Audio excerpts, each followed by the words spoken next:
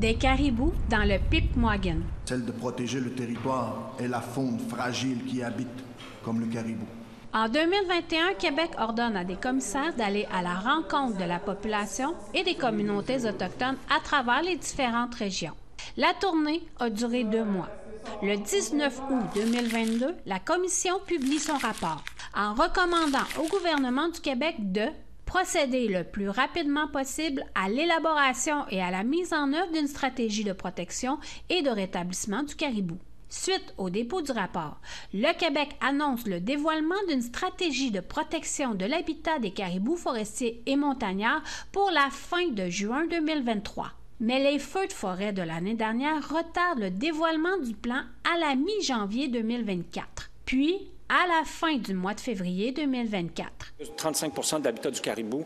Alors, Stephen Guilbeault, ministre de l'Environnement et du Changement climatique du Canada, menace d'intervenir si un plan n'est pas présenté au plus tard le 1er mai 2024.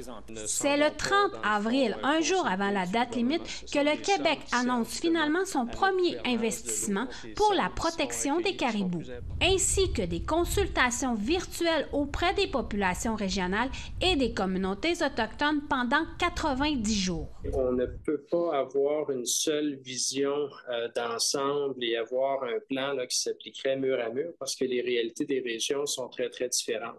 Cependant, en conférence de presse à Ottawa, Stephen Guilbeault, ministre de l'Environnement et du Changement climatique du Canada, affirme être déçu du plan. Il ajoute que l'annonce du Québec ne concerne que quelques-unes des populations de caribous et pas l'ensemble des populations de caribous. Selon lui, il compte évaluer la proposition du Québec.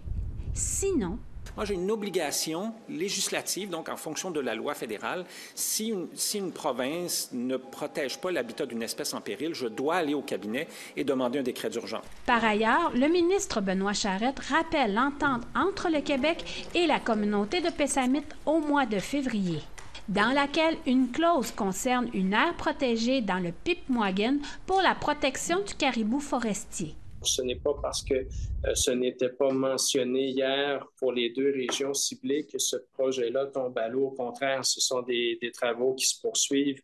Il invite également les communautés autochtones de toutes les régions au Québec à prendre la parole lors des consultations à venir concernant la protection du caribou et son habitat.